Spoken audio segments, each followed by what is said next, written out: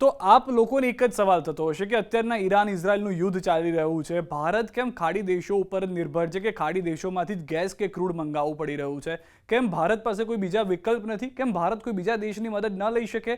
150 કરોડની આબાદી છે, ભારત તેને ખુદ ઉત્પાદિત ના કરી શકે? આ તમામ સવાલોના જવાબ આપવાનો પ્રયાસ કરીશું અમે આ વિડીયોની અંદર. સૌથી પહેલા આ સવાલ ઉપર જઈએ તે પહેલા જણાવી દઈએ કે કોનો કેટલો હિસ્સો છે, ભારત ક્યાંથી કેટલું લાવે છે. હવે જો આપ સમજો તો ભારતમાં ક્યાંથી કેટલો એલપીજી આયાત થાય છે, જે એલપીજીની અત્યારના પારાયણ થોડી જોવા મળી રહી છે, એનું કારણ શું છે એ જણાવી દઈએ.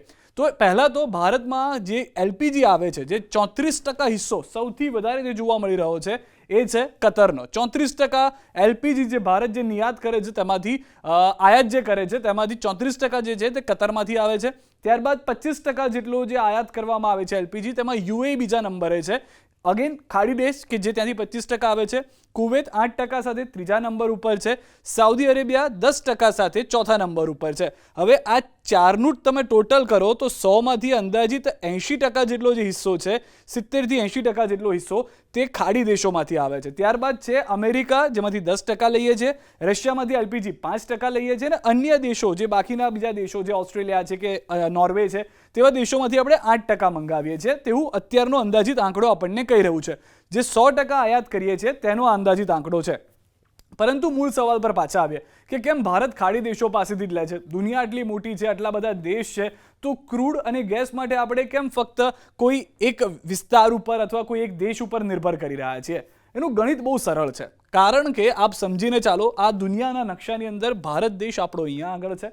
અત્યારના જે મોટા ભાગનું આપણે તેલની અથવા તો ક્રૂડની આપ લે કરીએ છીએ એ ખાડી દેશમાંથી કરીએ છીએ. પરંતુ જો એના બદલે જેમ આપણે સૌથી પહેલાં જોયું અમેરિકા તરફ જઈએ, અમેરિકાથી આપણે 10% હિસ્સો લઈએ છીએ. અમેરિકા અને કેનેડા સાથે પણ હમણાં કરાર થયા છે, તેમાંથી પણ આપણે લેવાનું શરૂ કરીશું. પરંતુ અહીંયા શું થાય છે કે અમેરિકા કે કેનેડાથી જે જથ્થો આવે છે દરિયાઈ રૂટ ઉપર, તેને આવતા અંદાજિત 35થી 45 દિવસ થઈ જાય છે. ભારત આજે ઓર્ડર કરે છે, આજે ત્યાંથી મંગાવીને ત્યાંથી જહાજ રવાના થાય છે, તો તે 1.5-2 મહિને ભારતમાં પહોંચે છે. હવે ત્યાં સુધીમાં તો કેટલી એક પરિસ્થિતિઓ બદલાઈ ગઈ હોય, કેટલી અછત, કેમ કે જરૂરિયાત પ્રમાણે 35થી 45 દિવસનો સ્ટોક પહેલેથી ભારત દેશે રાખવો પડે જો સતત કેનેડા કે અમેરિકા પાસેથી આપણે મંગાવીએ.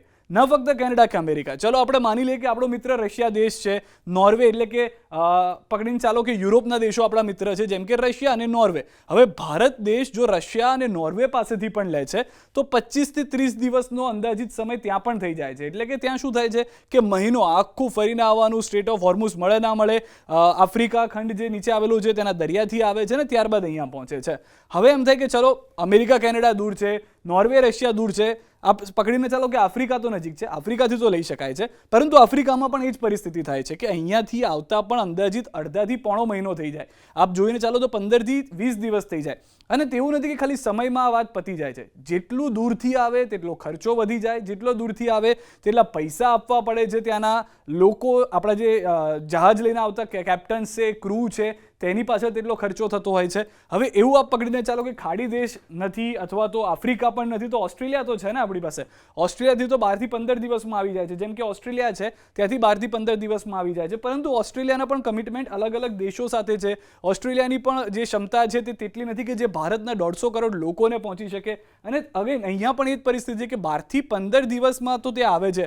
ભલે બાકી બધા દેશોની સરખામણીમાં ખૂબ જ ઓછું છે, પરંતુ ખાડી દેશ જે છે તે 3થી 5 દિવસમાં ભારતને બધો જથ્થો પૂરો પાડી શકે છે. 3થી 5 દિવસ સ્ટેટ ઓફ હોર્મુઝની અંદર એટલી બધી ગડમથલ ચાલી રહી છે, એટલી બધી યુદ્ધની પરિસ્થિતિ છે, પરંતુ ભારતના ઝંડાવાળું જહાજ જો ત્યાંથી નીકળે છે તો એને રોકવામાં નથી આવતું. અને તે તુરંત ભારતના જે ખાડી દેશના મિત્રો છે તે તેમાં સતત સપોર્ટ કરી રહ્યા છે. કતર હોય, યુએઈ હોય, સાઉદી અરેબિયા હોય, જેની આપણે વાત કરી છે, તમામ દેશો જે છે તે ભારતના સમર્થનમાં છે. બીજી એક મહત્વની વાત છે કે ઈરાન પણ ભારતનું આમ જોવા જાવ તો મિત્ર છે, ઇઝરાયલ પણ મિત્ર છે. એટલે ભારતના ઝંડાવાળું જહાજ જ્યારે ખાડી દેશમાંથી નીકળે છે, સ્વાભાવિક રીતે યુદ્ધનો માહોલ હોય તો ત્યાં આગળ પરિસ્થિતિ થઈ શકે છે, બેકાબૂ થઈ જાય.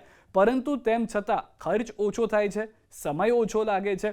ભારતની જનતા જે 150 કરોડ જનતા છે, જેઓને એલપીજીનો જથ્થો મોટા પ્રમાણમાં જોઈએ છે, ઓઇલનો જથ્થો મોટા પ્રમાણમાં જોઈએ છે, જો એ દુનિયાના બીજા કોઈ દેશ પાસેથી લેવા જાય છે તો તેની પરિસ્થિતિ એવી થઈ જાય છે કે લાંબો સમય થઈ જાય છે. તેટલા માટે સમય માટે એક બફર સ્ટોક રાખવો પડે કે એક જહાજ અમેરિકાથી 45 દિવસે આવે છે તો 45 દિવસ સુધીનો જથ્થો રહે, ત્યારબાદ એ જહાજમાંથી અનલોડિંગ થાય, તેની પ્રોસેસ થાય, લોકોના ઘર સુધી પહોંચે, તો એમાં અંદાજિત 2 મહિના જેટલો સમય આમ જોવા જાવ તો નીકળી જાય.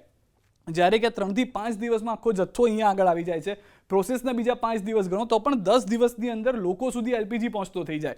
બાકી બધા દેશો સાથે અથવા બીજા કોઈ પણ વિસ્તારમાંથી આવે, નોર્વેમાંથી આવે તો 30 દિવસ જેટલો, રશિયામાંથી આવે તો 30 દિવસ જેટલો, આફ્રિકાથી આવે તો 20 દિવસ જેટલો સમય થઈ ગયા પછી એક પ્રોસેસનો જે સમય છે તે તો હજી ગણવાનો જ બાકી રહી જાય છે અને તેમાં કોસ્ટિંગ વધી જાય છે. એટલે કે જે ખર્ચો છે તે વધી જાય છે. જે જહાજો છે ભાડે લીધેલા, કેટલાક ભારતના વેપારીઓએ જહાજ છે, ભારત સરકારના કેટલાક ભાડે લીધેલા જહાજ છે, જેટલો સમય તેને પહોંચતા થાય છે ત્યાંથી તેટલો સમય તેને પાછા જવામાં પણ થાય છે. તો એ જે રેશિયો છે, કેમ કે એવું તો છે નહીં કે 50 જહાજ છે, 50 જહાજને ક્રૂડ અને એલપીજીમાં એક સાથે મોકલશે. એ 50 જહાજ જ્યારે માનીને ચાલો કે 10 જહાજ અમેરિકાથી નીકળ્યા, 45 દિવસે અહીંયા આગળ પહોંચ્યા, જથ્થો અનલોડ થયો, ત્યારબાદ ફરીથી તે અહીંયાથી અમેરિકા જવા જશે તો બીજા 45 દિવસ થઈ જશે. એમ 1.5, 2, 3 મહિના જેટલો જે સમય છે તે આખો લેવા અને આપવામાં જતો રહે છે. ત્યારબાદની જે પ્રોસેસ થાય છે, જે રીતે આપણે જોયું કે ગુજરાતની અંદર 2 જહાજ આવ્યા, થોડો જથ્થો જે છે તે અહીંયા આગળ મુન્દ્રા પોર્ટ પર ઉતારવામાં આવ્યો, થોડો જથ્થો બેંગલુરુ તરફ લઈ જવામાં આવ્યો. તો એમાં પણ બહુ બધી પ્રોસેસ થતી હોય છે, જેના કારણે ભારત પાસે વિકલ્પ ઘણા છે,